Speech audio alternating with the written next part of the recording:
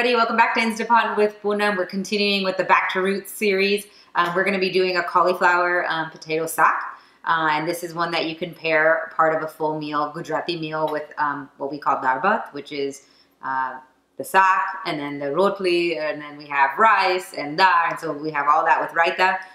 So this is a really good one to have in your back pocket when you have some guests coming over and you need to make a full-on Gujarati meal.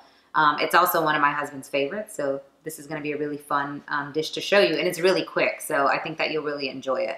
I've gone ahead and turned the Instant Pot onto saute mode, so just know that you'll have to do that at some point once we run through the ingredients. I just didn't want you to have to wait for me. So let's run through the ingredients that you need for this saag so that we can get moving on to the dish. So we got some tomatoes, chopped onions, cauliflower, potatoes, peeled and rinsed, and then chopped. We have some jiru or cumin, and we have some rye. We have ing or asafetida, chilies, as well as some ginger. Sorry, I was thinking garlic, but it's ginger. Turmeric or urad, and then we got some chili powder and some salt, and we got some cilantro for later on to make it look nice and pretty when we're done. Oil, a bowl to mix a few things in, and then a few splashes of water. So we'll kind of show you how we get water into this in a little bit. So when you're starting out your dish, you're going to go ahead and turn this on so it heats up. While that's heating up, you can multitask, and you'll take your bowl and you're going to take the cauliflower and the potatoes, put that in your bowl, and you're going to take the turmeric, put that in, the chili powder and the salt, as well as the chilies and ginger. So just dump that all in there, and then just mix it up really good, and we'll put it on the side.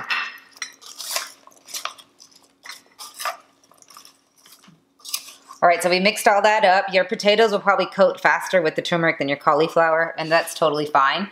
So we've mixed all that up. Now, my Instant Pot says hot, so we're ready to put the oil in and heat up the oil. So you're just gonna drizzle it to where it coats the bottom of it. And usually you'll know that it's heating up really fast because the oil will move to the outside rim of the pot. So we're gonna let that heat up, and then we'll throw in a few things to get started.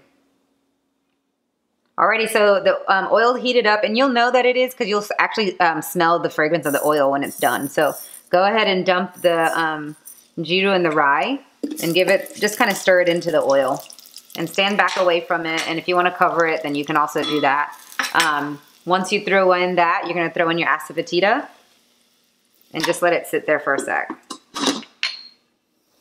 Alrighty, so we let that sit in the oil for a little bit. You're going to add your onions next and let that saute for about 2 minutes. So I'm just going to stir it up and put the lid on it, and we'll get to the next step. Alright, onions have sauteed for 2 minutes. Now you're going to toss in your tomatoes and mix that up and let it sit for a minute.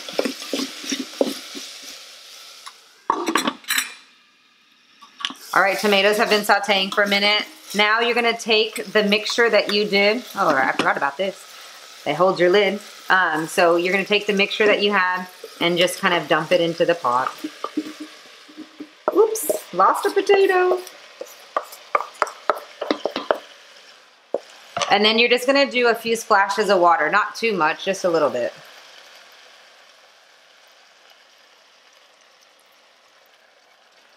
Alrighty. The next thing you're going to do is turn off the saute mode. Cancel. And then you're going to close your lid. Safety check with the ring. I had done it previously, but just showing you guys how to make sure you do that.